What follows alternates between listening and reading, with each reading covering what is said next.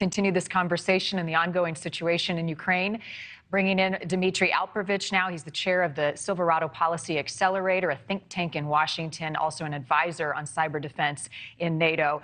Good to see you as always. Let's start with the news of the hour, which is a possible prisoner swap between Brittney Griner and Viktor Bout. What are you hearing?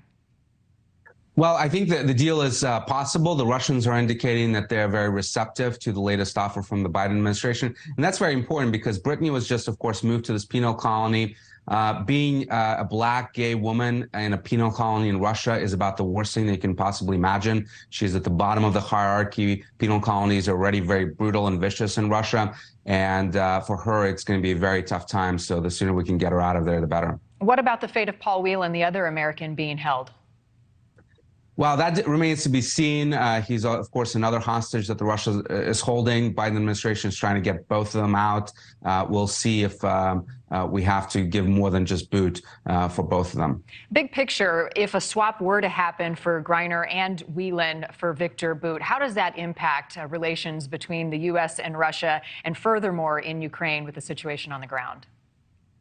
I don't think it does. These hostage swaps have taken place, of course, throughout the Cold War, even during the worst times between the Soviet Union and the United States. They're quite typical, so they usually do not impact the broader relationship. And of course, we have lots of problems with Russia, including their war on Ukraine. Let's discuss these latest missile strikes. They are widespread. Talk about the damage to the infrastructure and what you're hearing about what has been left behind. Well, the damage has been extensive. The Ukrainians are doing a really marvelous job of trying to repair most of the power plants that are being taken out by Russia. But of course, it's very difficult when the missiles are flying every single day, these kamikaze drones from Iran as well. And you have potentially as much as 15% of the country now without power, going into very cold winter months.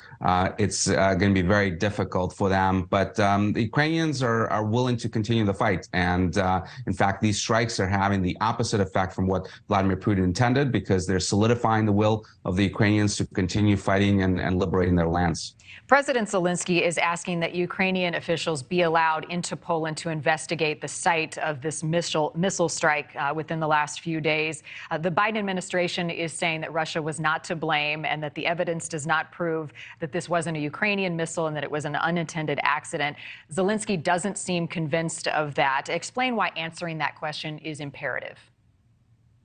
Well, I don't know that it's actually that important whether it was a Russian accidental strike or a Ukrainian missile going off course. At the end of the day, everyone knows it was an accident, not an intentional action by either country. And I don't think it would have led to escalation. I actually don't understand why Zelensky is insisting so hard on this when you have NATO coming out saying they're very convinced that this is a Russian missile. No one is trying to blame Ukraine for this.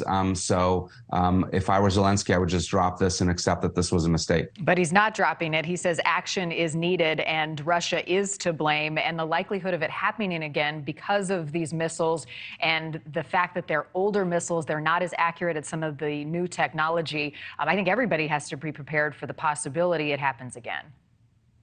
It might happen again, of course.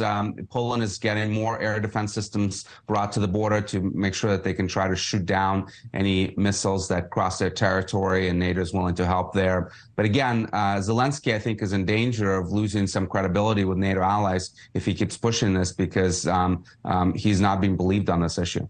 Let's talk about the midterms. We're on the heels of the elections. A top official in Putin's inner circle admits to Russian interference in U.S. elections. How are they interfering? Well, this is, of course, Prigozhin, the head of the Wagner Company and the Internet Research Agency, a notorious individual that has been involved in lots of nefarious activity on behalf of the Kremlin over the last decade. This is just trolling. He is trying to rile us up and trying to say that the Russians have enormous influence on our political system. The Russians always interfere to some extent, usually through trolling actions on social media and using bots and what have you to spread misinformation. On occasion, obviously, doing hacks and leaks of political discourse in this country as well. But he's trying to make it seem like the Russians have way more influence on our elections than they actually do. And you don't. Thank you for watching. Go to newsnationnow.com to find NewsNation on your television provider. And don't forget to click the red subscribe button below to get more of NewsNation's fact-driven, unbiased coverage.